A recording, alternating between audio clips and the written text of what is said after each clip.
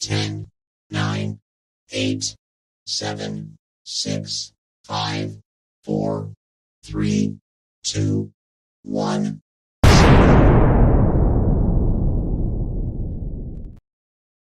10, 9, 8, 7, 6, 5, 4, 3, 2, 1.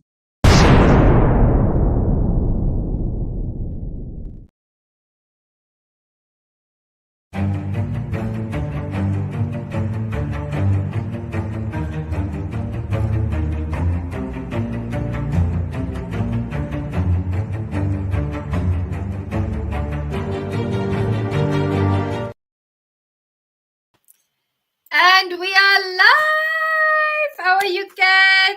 I'm wonderful. How are you, Juanita?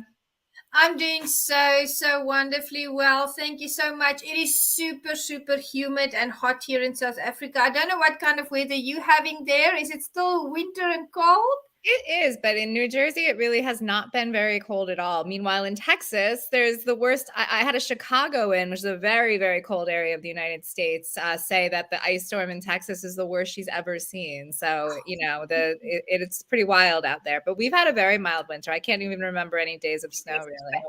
Oh my goodness. I remember when I was there in Jan when we met that it was the same.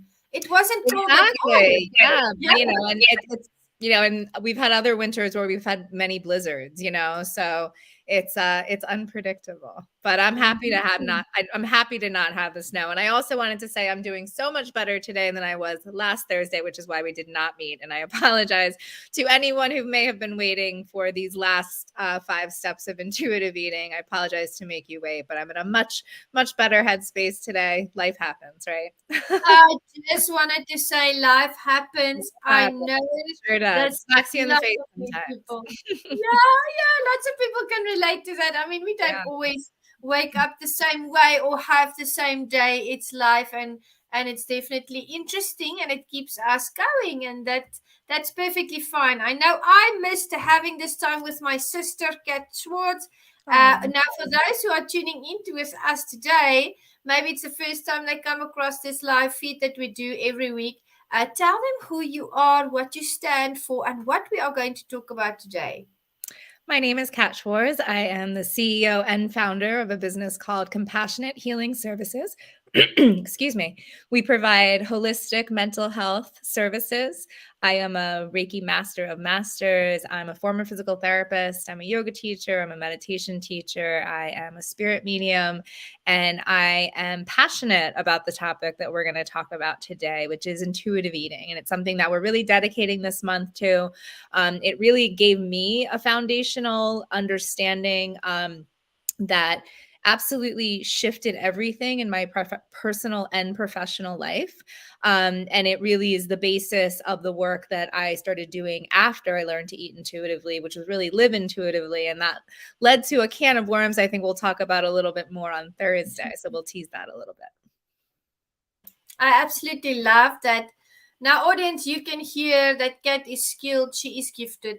And she really has this passion for what she does, talking about intuitive eating, educating people on what it is.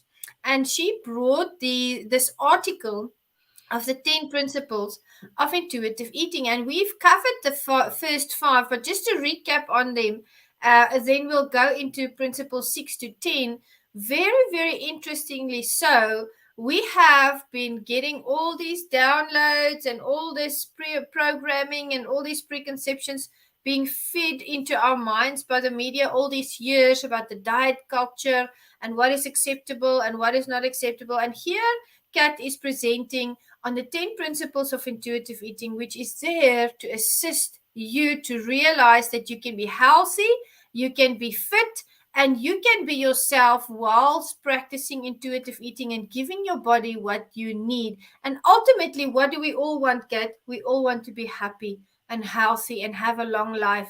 So here, let's go into the 10 principles. The first 5 that we discussed in last week's first live on Tuesday was reject the diet mentality. Number 2 was honor your hunger. Number 3 was make peace with food. Number 4 was challenge the food police. Interesting. And number 5 was discover the satisfaction factor. Now, to go into principle number 6, it says here, feel your fullness. In order to honor your fullness, you need to trust that you will give yourself the foods that you desire. Listen for the body signals that tell you that you are no longer hungry. Observe the signs that show that you're comfortably full. And pause in the middle of eating and ask yourself how the food tastes and what your current hunger level is. What are your thoughts on that, Kat? That's excuse me, that's a big one. As I said when we discussed honoring your hunger last time, for so many of us who have dieted, and for me, that process was 20 years of pretty much continuously. It's what's known as the diet binge cycle. For every diet, there is an equal and opposite binge.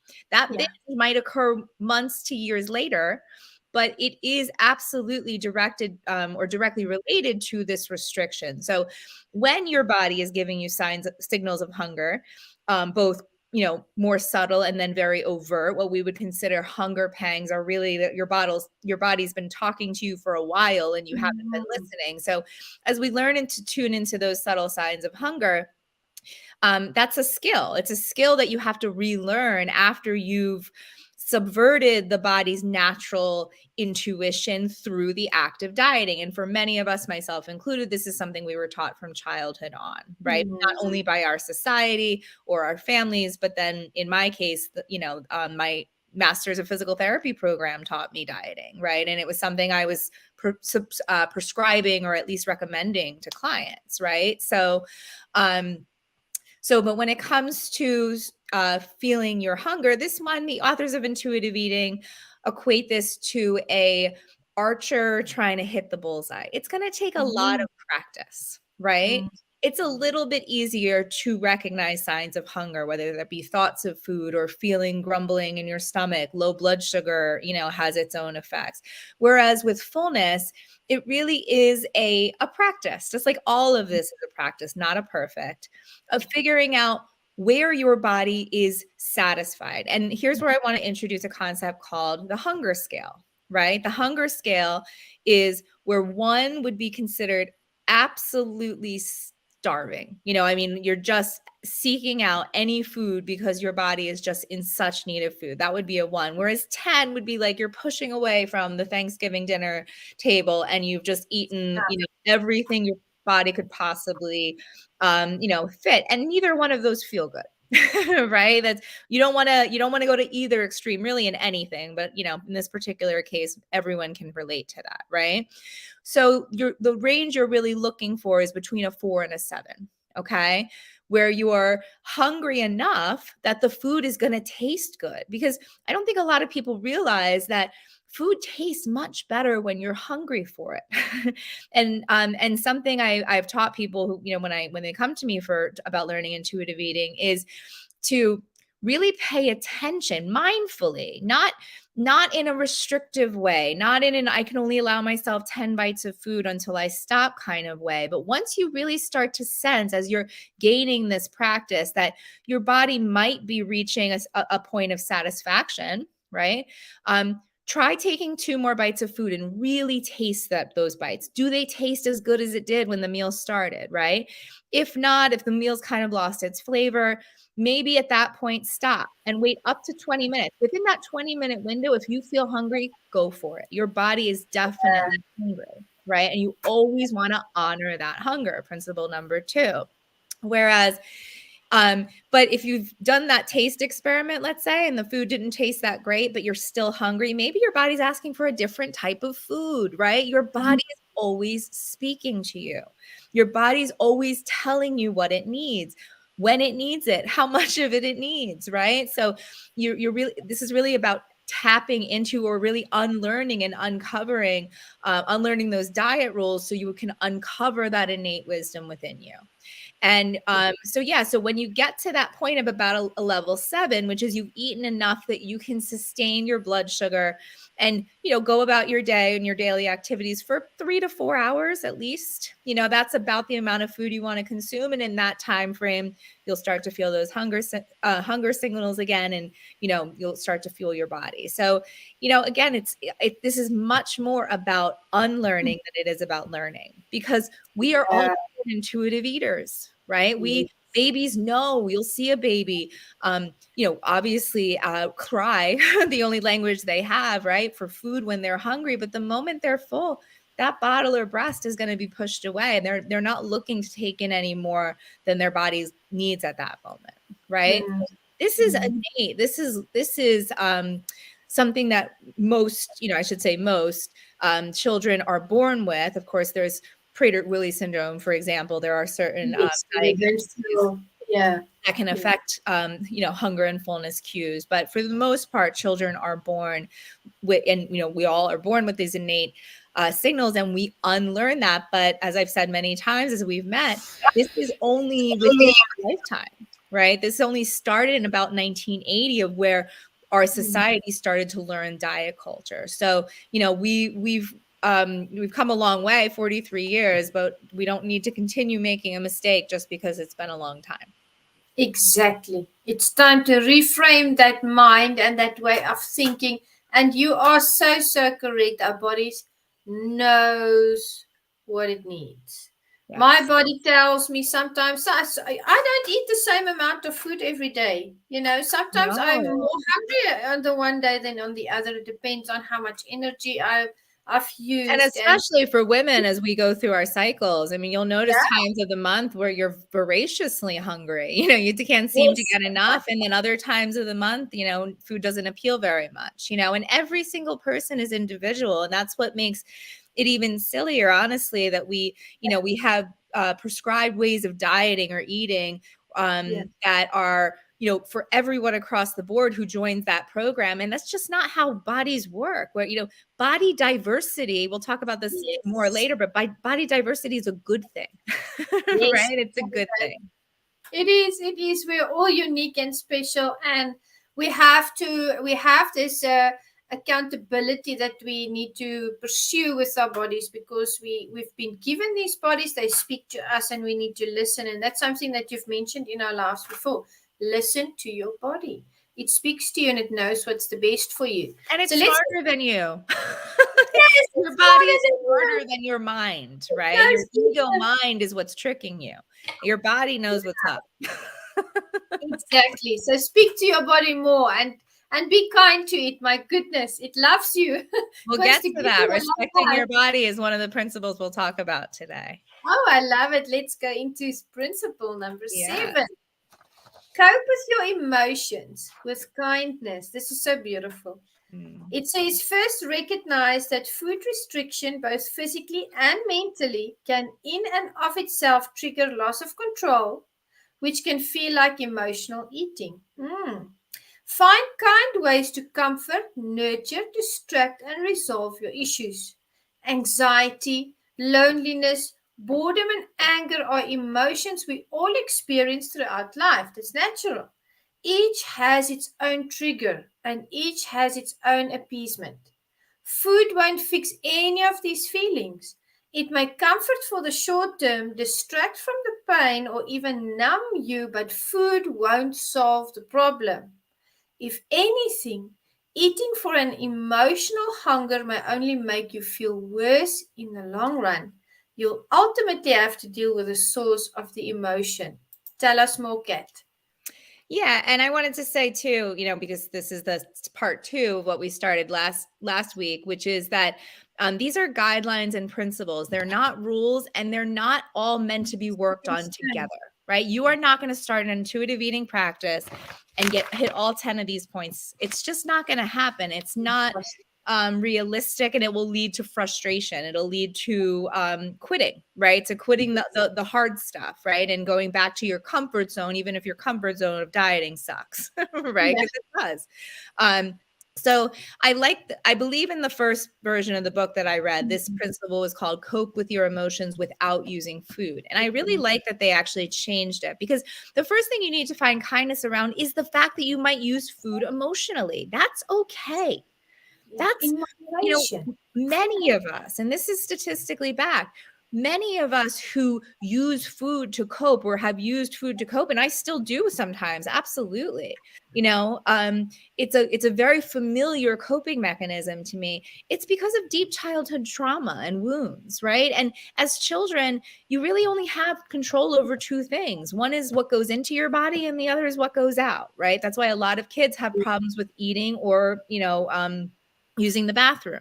Some kids will withhold and things like that, because it's a sense of control, right?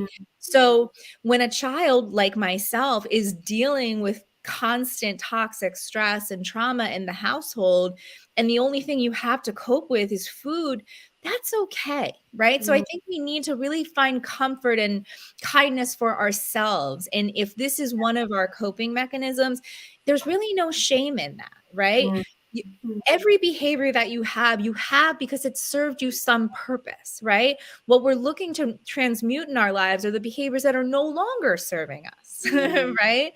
So, yeah. And when it comes to that, it's so the other part of this, just of course, once you have established what is diet mentality, how do I recognize it in my own brain and in my own family and in my own society. And, that's principle one, right? You've worked on rejecting the diet mentality and honoring your hunger and dealing with you called it the food police. I renamed it last time the itty bitty shitty committee, right? You know, when you've and the things we're talking about today, feeling your fullness, right? When you're in, and I'm talking about potentially months in, right? Months and months into this practice of intuitive eating, of really listening to your innate signals.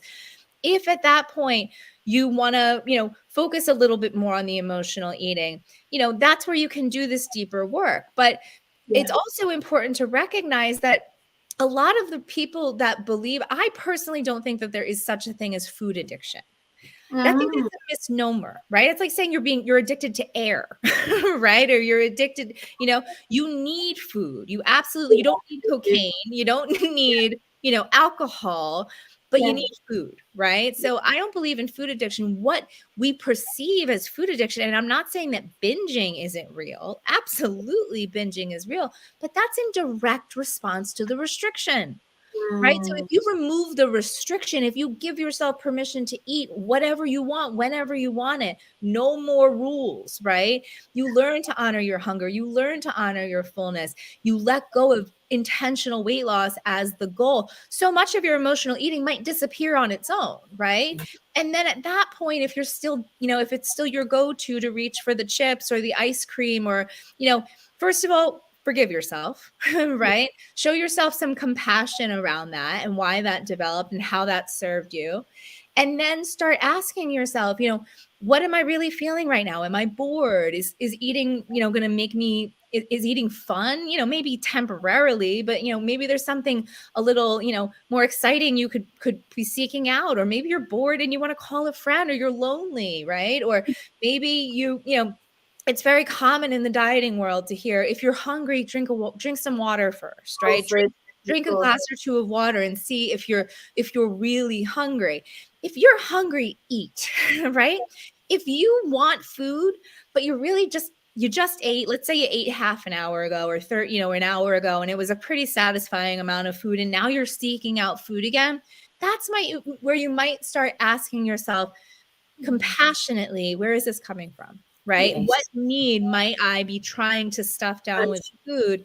And that's where you start to make change. Never when you shame yourself. Shame kills. Compassion saves lives. Right. So, and that's why I call my company Compassionate Healing Services, and why I'm a suicide prevention company. Right. That's my main goal, is to, mitigate suicide rates, which are absolutely terrifying and exponentially rising. And we're going to talk next time we meet on Thursday about, where does this passion of mine regarding intuitive eating, relate to my suicide prevention mission? And I think you're going to be surprised by the answer to that. So we'll tease that for next time again. But so yeah, that's what I want to say about coping with emotions with kindness. It's kindness is to yourself is really the first step to any change, right? Because as DBT, which stands for dialectical behavior therapy, taught me, you cannot change anything in your life that you have not fully accepted. And if you're an emotional eater, maybe start looking at that from a different lens without such shame around that, and more understanding and compassion, not just for yourself, but for others who might use food as a coping mechanism as well. Yeah, I agree with that completely. We have to have grace with ourselves, Kat.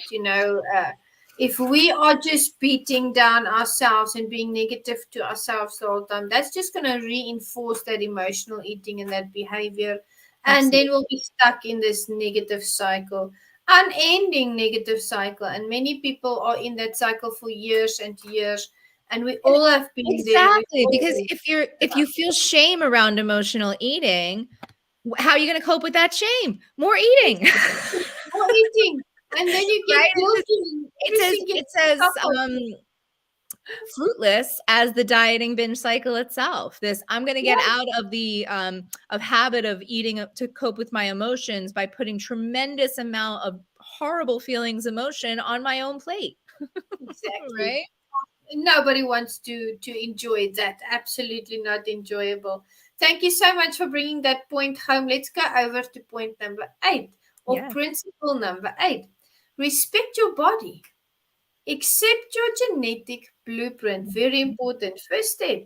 Just as a person with a shoe size of 8 would not expect to realistically squeeze into a size 6, it is equally futile and uncomfortable to have a similar expectation about body size. But mostly, respect your body so you can feel better about who you are.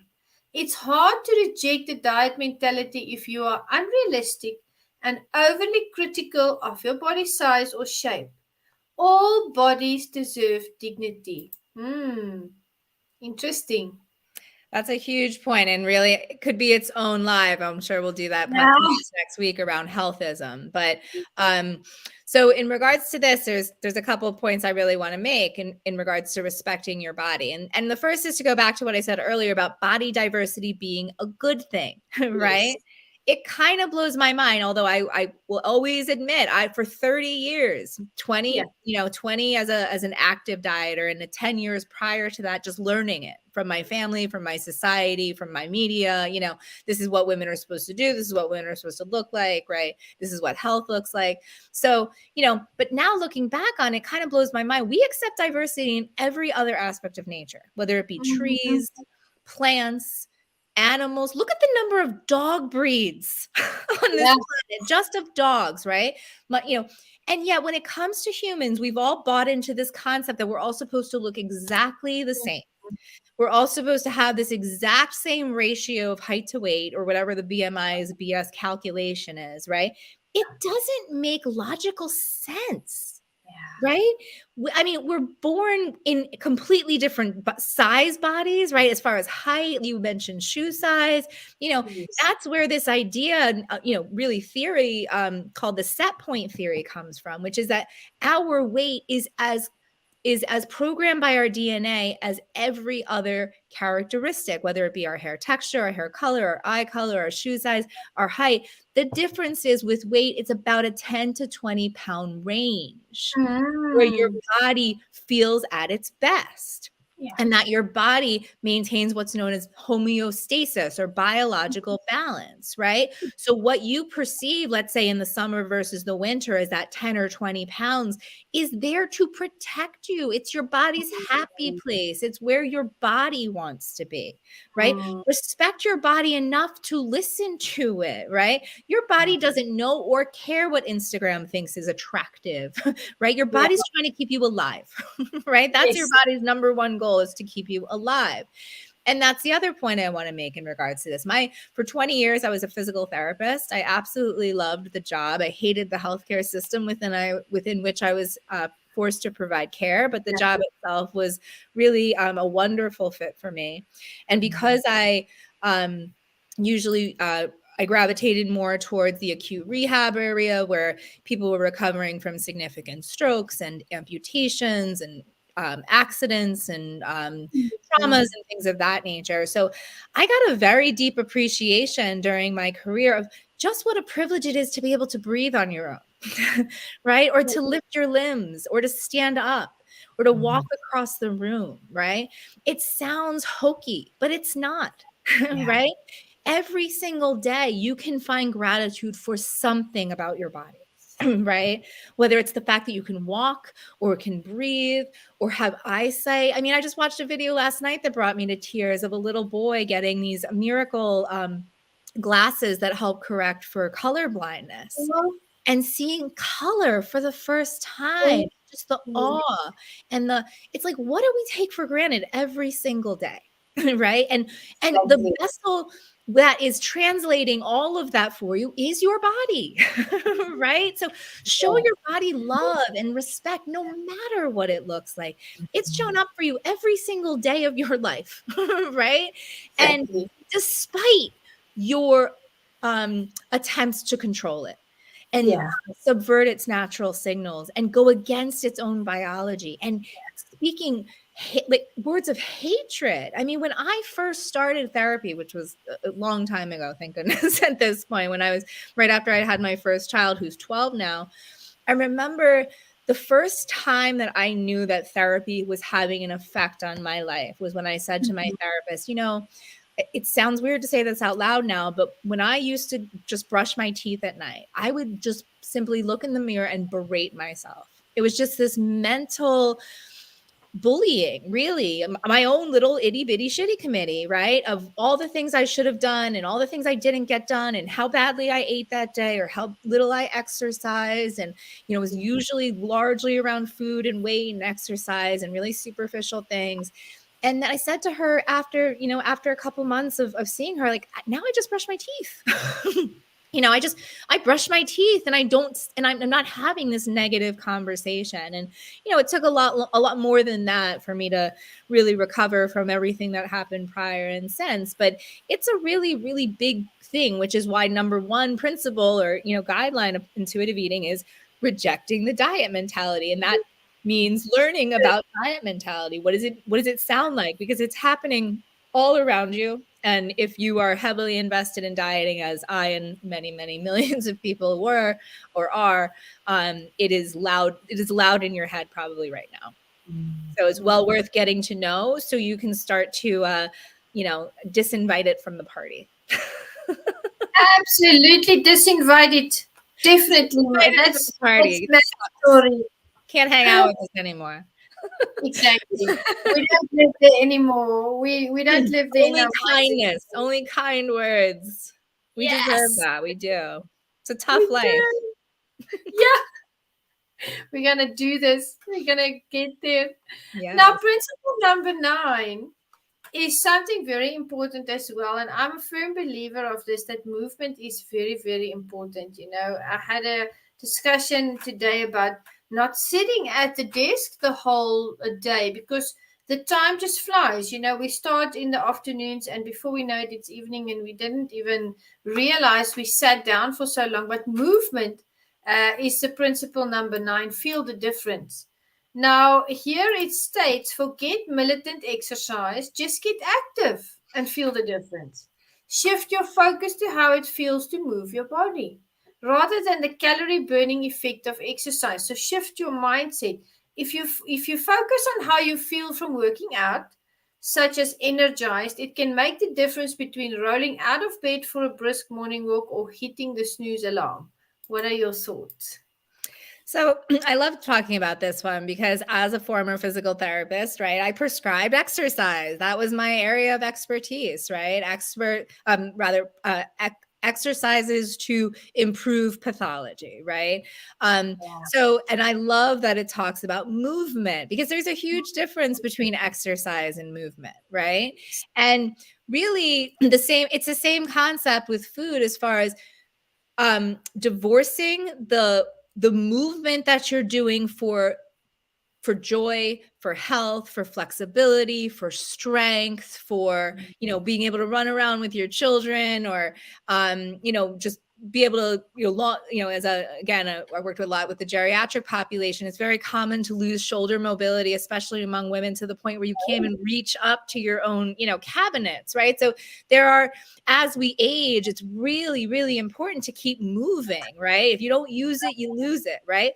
But think about that separate from the goal of weight loss. That's the key. You have to separate these behaviors from weight loss, because if you're choosing exercises, as I did, for weight loss, I was never diagnosed with an eating disorder. I do believe that the act of dieting in and of itself is disordered. So anyone who is following a strict diet has disordered eating. Right? Not every person has an eating disorder, but everybody with this mentality has disordered eating. So, and my particular area of disorder was around exercise, because I had what I considered low willpower with food, because my body was desperately asking me to eat all the time. And I was saying, no, I have to be a certain size and weight. Can't eat. Sorry, body. So, if I would eat a little extra of my lean cuisine, or, I went off my point schedule, I would just attack it in the gym. Right. I'd go to the gym and I'd make sure to burn 800 calories on that machine. And, to the point of utter exhaustion and dehydration and pain, not being able to walk down the stairs without significant pain, that kind of intensity. And it wasn't making me any happier or healthier. Right. Whereas when I started doing yoga, for instance, not for weight loss, but for inner peace, right? I finally decided that maybe my efforts around movement should be for making me feel good on the inside, not look good on the outside, right? And, I stopped doing all of those punishing exercises. Really, I'm honestly still working on my relationship to movement, because I did have such an intensity and disordered thinking around it. But in the meantime, I'm a yoga teacher, and I do yoga regularly for, more the yin and yang meditative styles. But that's allowed me to, really just focusing on how my body feels, stretching, gentle strength training, walking, things that really don't make me necessarily even sweat, and yet I feel better in my body than I ever have. And that is because it turns out that health is not a look, it's a feeling. What we're searching for is a feeling, not a look. And oftentimes when we search, when we chase the look, you're not going to get the feeling. It's when you actually care more about how you feel than how you look that you start to feel better. And when you feel better, you start to care a whole lot less about how you look. Exactly. So that reprogramming is phenomenal. That change of perspective is phenomenal. Sometimes we have to just change something small. A way that we look at something. So now I love what you're presenting. Thank you so much, Kat. And that is so, so true. We have to be in that constant flow of movement, and we should facilitate it in such a way that it doesn't seem like work. It should be something fun. And certainly not punishment, right? Certainly not punishment, and certainly something that you enjoy. And if you're doing something and you kind of get bored of it, try something new or do something different every day. But make sure you're doing it because you like it, because you're interested in it, because it's fun for you, and not because you're trying to lose weight. Not because people can't make that choice if they want to. Please let me be clear. Anybody who's listening, anybody who's ever listened to me about my particular choice based on all the evidence and experience to never diet again, right? To really allow my body to just settle wherever she's going to settle, with the food I give it and the movement I give it. And I don't worry about my weight anymore. I don't even typically get weighed at the doctor's office unless I absolutely have to. It's not because I'm judging others who'd continue down that road. It's because it scientifically doesn't work. It doesn't work. It will never work. And it's contributing to the very problem that scientists who aren't looking at this evidence believe it's solving, right? Or most common people think that it's solving. So it's, it's not about shaming anyone for their choices. It's about informing people of the research around this, the mountain of evidence around this, and then letting people make their decision, whether that's now or, years down the road. I have people, I told you yesterday when we spoke, Juanita, who in 2015 were telling me I was absolutely insane to even be talking about this, now asking me how to get started, just as the New York Times article comes out about it. And, there's been a lot of attention about intuitive eating recently, just as, very alarmingly, the American Association of, or Academy of Pediatrics just released new guidelines for children around weight intervention, starting, I think, as early as age 2, medications as early as age 12, and bariatric surgery as early as age 13. It's absolutely unconscionable. It's unconscionable based on the evidence that we have and the fact that medicine, the medical system, is supposed to be evidence-based. Exactly. And there's a lot of contradictory things out there, in the articles that I've read about dieting. And, it's always good for us that are intellectuals, and then we do research for the researchers out there. What do we do? We read up on the topic, and then we compare those opinions. And I always say to the students that I work with and those that I help, to write theses, is you have to have a wide array of opinions to really go into a subject, delve into that subject. And that's when you look at all these sources that you come and really notice the irregularities of the marketing, I'd say, they've put out there about the diet culture. Because it doesn't have to be a thing. You don't have to fit into the diet culture. You don't have to fit in with everything that's out there. And really putting the movement there. We are pushed into a life where we sit constantly in front of our computer. It's the work culture now. It's the hybrid culture. It's the COVID culture.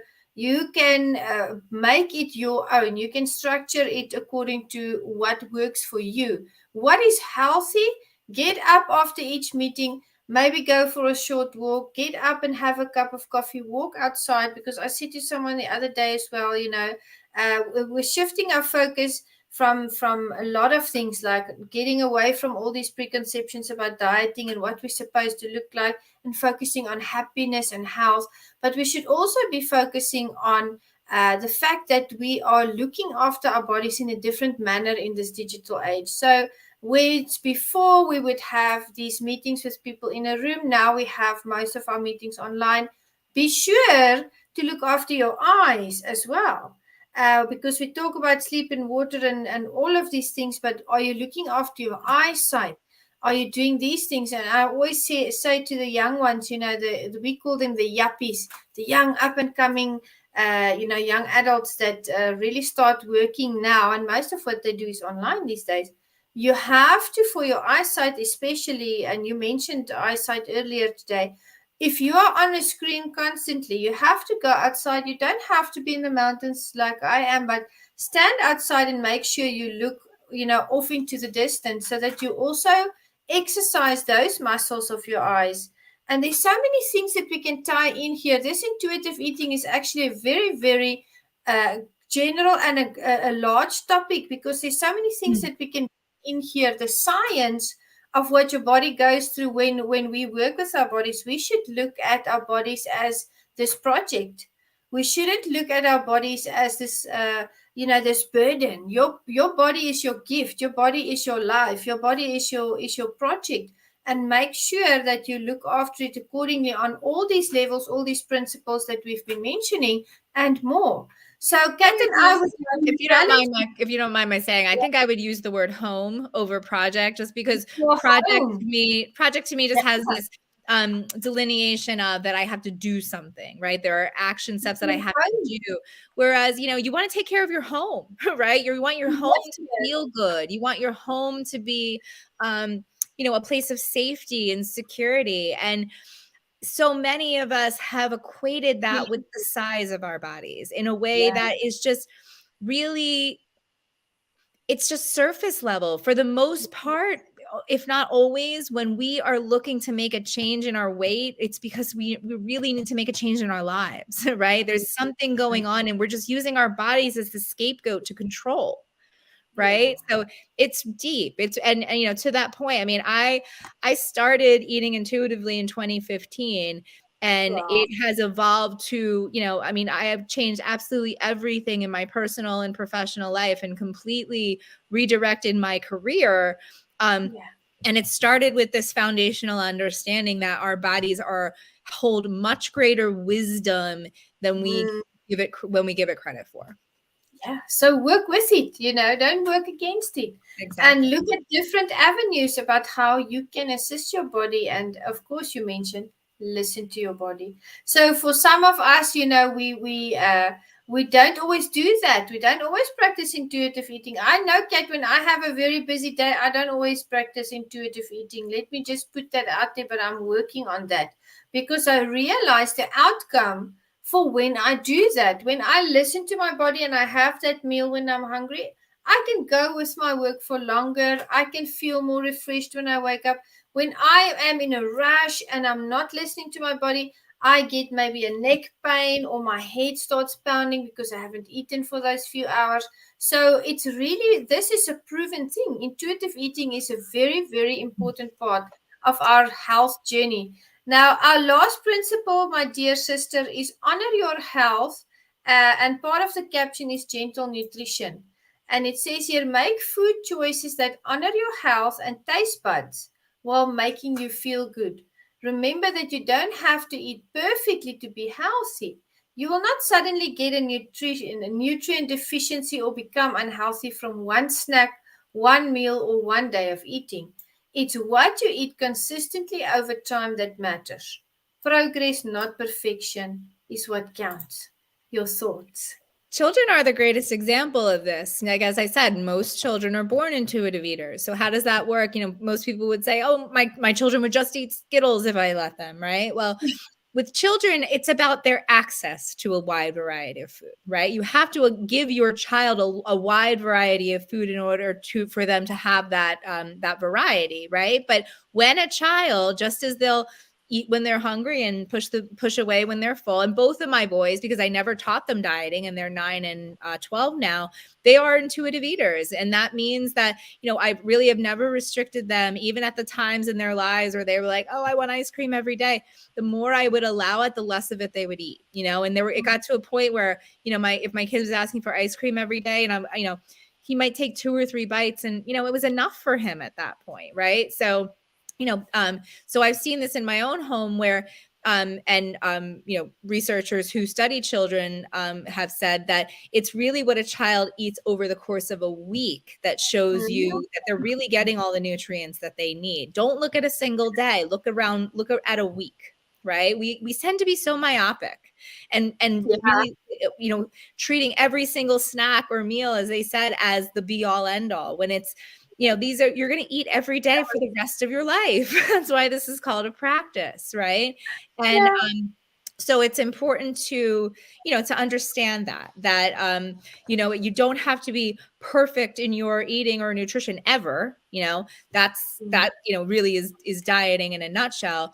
But that Yeah. if you eat a nice variety of foods over the course of a week, you can you know, get all your nutrients in. So I said this before, these principles are in order for, right? Number 1 being rejecting the diet mentality. Number 10 being honor your health. It doesn't mean that you know, can't necessarily do them or work on them in different order, but generally speaking, you want this to be the last thing you tackle, because for most of us, we're unlearning decades, literally decades of conditioning around this. It's so deeply programmed in you, you don't even know it's like a fish in water. They don't know what water is, right? Because they've never known anything different.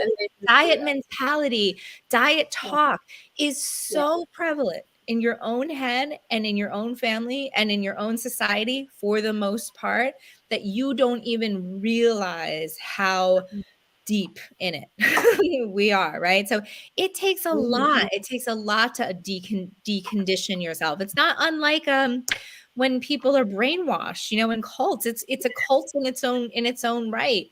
And So it does take a while to work on all those other principles. And then when you have a really solid foundation around intuitive eating, and you no longer are, feeling out of, how do you know you've gotten there, right? You no longer feel out of control around food. You don't consider yourself a food addict anymore. You don't consider yourself unable to have certain things in the house because you just know you're gonna binge on it. That goes away. The need to binge completely goes away. When you're hungry, you eat without fear. When you're full, you experiment. And if you eat a little bit more than maybe your body wanted, you chalk it up to a learning experience. Oh, okay, that was what it felt like when I was, hungry enough. Next time I'll back off just a little bit, right? When you're respecting your body, speaking to yourself with kindness, not using food as a crutch emotionally, right? When you've tackled all those things. And again, that doesn't take weeks or even months for most of us. It takes years. I'm 7-8 years into this, right? Then you can really start asking your body, are there more nutrients that you need? Maybe start reintroducing things that previously felt, when you first start, for instance, for me, when I first started, stopped dieting and started eating intuitively, it was fried chicken for me. Because every salad I'd ever had for 20 years had grilled chicken on it. And I wanted fried breaded chicken so badly, right? Like it was something I just needed. So, for me, it's about learning how to reintroduce grilled chicken into my diet without feeling restricted, right? Or it's about honoring the fact that I like breaded chicken better than grilled chicken, and that's okay, right? We have to stop putting ourselves in boxes and following strict rules, and honestly, even commenting on or caring how other people eat or what they weigh. It's just another form of discrimination. It's a legal form of discrimination. It's an acceptable form of discrimination. I mean, there's so many layers to this. I do hope, actually, I'm going to say to anyone listening, on the Thursday night, I'm going to be on, or we'll be recording an episode of what's called known as the Chop Up Show. And I'm so excited to delve more into the social justice aspect of this, because that's a whole nother conversation, as well as get more support for the petition that I have out in the world to the American Medical Association to eliminate the BMI as a tool, because it's a piece of garbage that doesn't belong where it is, because it doesn't do what it says it does, which is, predict health or, have anything to do with individuals. It was a statistical measure. And also to eliminate the prescription or the recommendation of weight loss altogether, because as we've said over many lives at this point, dieting doesn't, will not, and can never work. And it's way more contributing to harm than it's doing anything of benefit. Yeah, to put that diet as, the prerequisite for your happiness, that is not worth it. Adopt healthy measures like intuitive eating. Of course, the exercise is necessary, drinking water, being good to yourself, sleeping when you need to sleep, and really just working on your home. I call it a project, but Kat says quite eloquently that it's your home. This is where you live. So be good to your home.